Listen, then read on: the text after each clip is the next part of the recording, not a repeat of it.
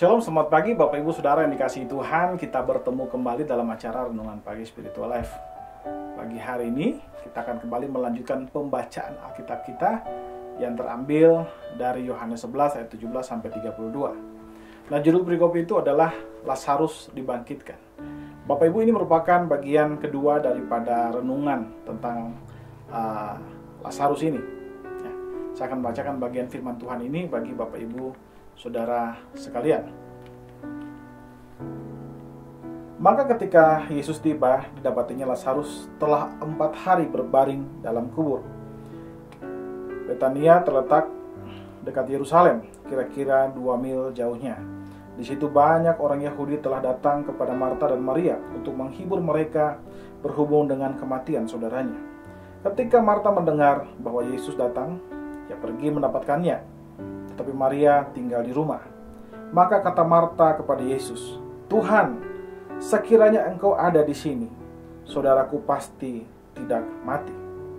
Tetapi sekarang pun aku tahu bahwa Allah akan memberikan kepadamu segala sesuatu yang engkau minta kepadanya." Kata Yesus kepada Maria, "Saudaramu akan bangkit." Kata Marta kepadanya, "Aku tahu bahwa ia akan bangkit pada waktu orang-orang bangkit pada akhir zaman."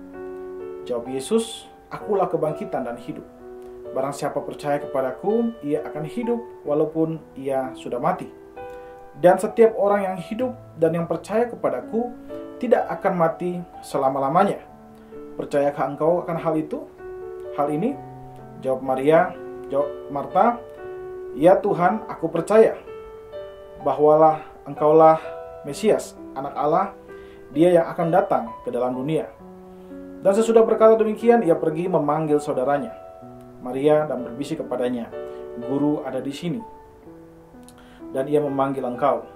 Mendengar itu, Maria segera bangkit lalu pergi mendapatkan Yesus. Tapi waktu Yesus belum sampai ke dalam kampung itu, ia masih berada di tempat Marta menjumpai dia.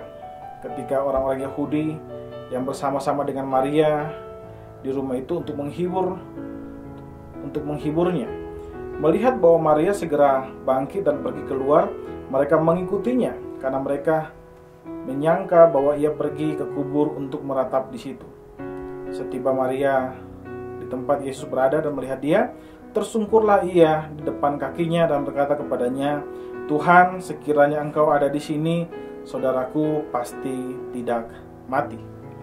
Nah, saudara yang dikasihi Tuhan, di dalam perikop yang baru saja kita baca ini merupakan perikop kedua dari perikop tentang Lazarus dibangkitkan. Di dalam perikop ini kita melihat respon dari Marta dan Maria kepada Yesus perihal kematian Lazarus, saudara mereka.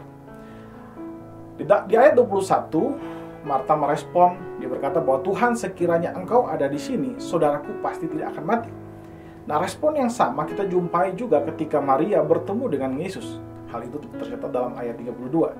Dia berkata di sana, "Tuhan, sekiranya engkau ada di sini, saudaraku pasti tidak mati." Nah, saudara yang dikasihi Tuhan, respon Maria dan Marta merupakan respon yang umum yang dilakukan oleh orang yang harapannya berbeda dengan apa yang dihadapinya atau kenyataan yang sedang terjadi dalam kehidupannya. Maria dan Marta awalnya sudah berusaha mengantisipasi kematian Lazarus dengan cara mengirim kabar kepada Yesus dan memberitahukan tentang kondisi Lazarus yang sedang sakit. Mereka berharap agar Yesus dapat segera datang dan menyembuhkan Lazarus sehingga akhirnya Lazarus tidak meninggal.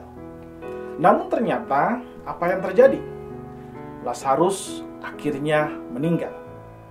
Ini merupakan sesuatu hal yang tidak mereka harapkan dan yang berusaha mereka hindari. Namun meskipun mereka menghormati Yesus, namun mereka memprotes kedatangan Yesus yang mereka anggap sangat terlambat. Karena itulah Maria dan Marta ketika bertemu dengan Kristus, mereka memprotes, kalau saja Yesus ada di sini tentu hal ini tidak akan terjadi. Maria dan Marta berpikir kalau Lazarus sudah meninggal, maka tidak ada yang bisa diubah. Seolah-olah kematian adalah kekuatan yang tidak bisa diatasi oleh Kristus. Tapi Kristus sejak awal telah berencana untuk menggunakan kesempatan ini untuk memperkenalkan sisi lain dari kuasanya. yaitu dia juga berkuasa atas kematian. Nah, selama ini banyak mereka mengenal Yesus sebagai orang yang bisa menyembuhkan orang sakit. Tapi mereka mungkin belum memahami bahwa Yesus juga bisa membangkitkan orang dari kematian. Nah, kisah Lazarus atau peristiwa Lazarus ini menjadi momentum atau waktu yang tepat bagi Kristus untuk memperkenalkan sisi lain dari kuasanya, yaitu dia berkuasa atas kematian. Saudara, seringkali campur tangan Allah di dalam hidup kita terkesan sepertinya terlambat dan tidak tepat pada waktunya. Kita berkesimpulan demikian karena kita tidak mampu melihat rencana Allah secara utuh. Kita tidak mampu melihat sisi lain dari kuasa Allah. Firman Tuhan hari ini mengajarkan kita untuk percaya bahwa Tuhan memiliki rencananya sendiri dan kehendaknya jauh lebih jenius dari rencana kita. Karena itu, marilah kita selalu percaya kepada rencana Allah. Saudara, jalan Allah seringkali tidak terpahami oleh akal kita. Maka kita memerlukan iman untuk dapat tetap tenang. Saudara, mari kita ambil waktu sejenak untuk merenungkan firman Tuhan yang baru saja kita dengar. Saudara, apakah ada hal-hal yang terjadi dalam hidup saudara yang berbeda dari apa yang saudara harapkan? Saudara, marilah mengambil waktu sejenak untuk mendoakan hal tersebut. Berdoalah untuk meminta anugerah Allah memampukan saudara untuk tetap memiliki iman untuk tenang dan tetap percaya kepada rencana Allah.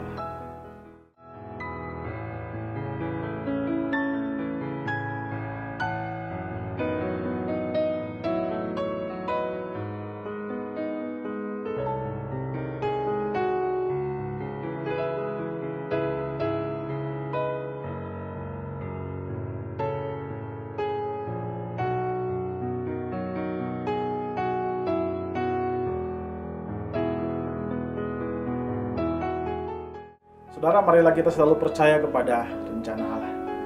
Mari kita tundukkan kepala, kita berdoa. Ya Tuhan Allah Bapa kami bersyukur buat kasih dan setia-Mu kepada kami. Terima kasih jika Engkau menjaga melindungi kami dari malam sampai pagi hari ini tanpa kekurangan satu apapun Tuhan. Sekarang Bapa, kami ingin menjalankan aktivitas kami. Kami berdoa supaya semua yang kami kerjakan biar itu menjadi kemuliaan bagi nama-Mu saja. Terima kasih Bapa, kami serahkan kehidupan kami ke dalam tangan kasih dan karunia-Mu saja. Haleluya. Amin. Amin. Bapak Ibu Saudara yang dikasihi Tuhan, selamat pagi, selamat beraktivitas dan Tuhan Yesus memberkati kita semua.